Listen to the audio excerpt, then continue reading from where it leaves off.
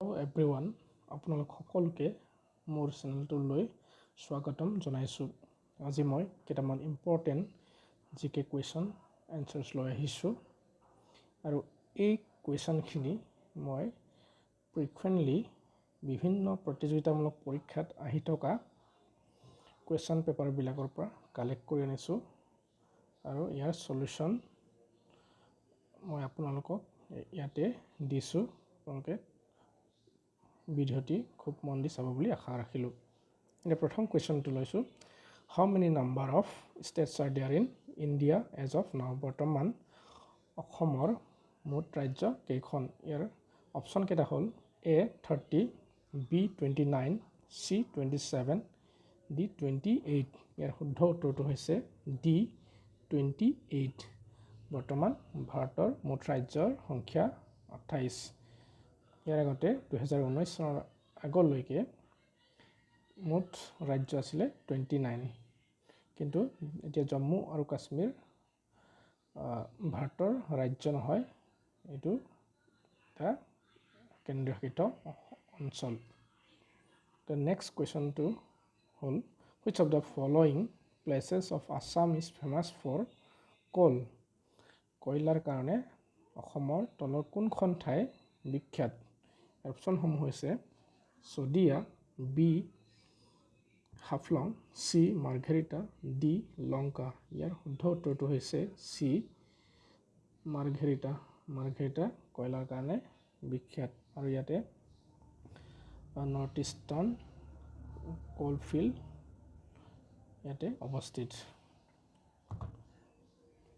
The next কুৱেশ্যনটো লৈ আহিছোঁ, who is the current governor of Assam?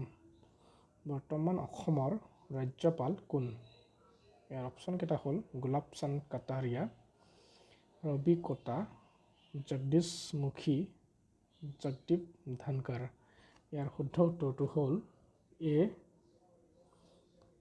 গোলাপ চান্দ কাটাৰিয়া। গোলাপ চান্দ কাটাৰিয়া বৰ্তমান অসমৰ ৰাজ্যপাল।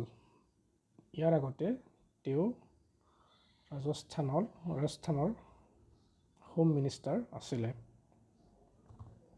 The next কুৱেশ্যনটো হ'ল, where is চেলা পাছ situated? চেলা পাছ ক'ত অৱস্থিত? Option A Sikkim, B Arunachal Pradesh, C Ladakh, D Himachal Pradesh. ইয়াৰ শুদ্ধ উত্তৰটো হৈছে বি অৰুণাচল প্ৰদেশ। অৰুণাচল প্ৰদেশৰ টাৱাং আৰু ৱেষ্ট কামেং ডিষ্ট্ৰিক্টৰ মাজত এই চেলা পাছ অৱস্থিত। The next কুৱেশ্যনটো লৈ আহোঁ, which district of Assam has the highest density of population according to 2011 census? 2011 চনৰ লোকপিয়ল অনুসৰি তলৰ কোনখন ডিষ্ট্ৰিক্টৰ জনবসতিৰ ঘনত্ব আটাইতকৈ বেছি? অপশ্যনসমূহ হ'ল কামৰূপ মেট্ৰ, ধুবুৰী, নগাঁও, বৰপেটা। ইয়াৰ শুদ্ধ উত্তৰটো হৈছে option A Kamrup metro. Kamrup মেট্ৰৰ মুঠ জনবসতিৰ ঘনত্ব হ'ল 1313 2011 চনৰ লোকপিয়ল মতে। আৰু ছেকেণ্ডত আছে ধুবুৰীৰ মুঠ জনবসতিৰ ঘনত্ব হৈছে প্ৰতি বৰ্গ কিলোমিটাৰ 896। গতিকে কামৰূপ মেট্ৰতে জনবসতিৰ ঘনত্বটো বেছি। গতিকে আজিলৈকে ইমানেই। আপোনালোকে যদি ভিডিঅ'টো ভাল পায়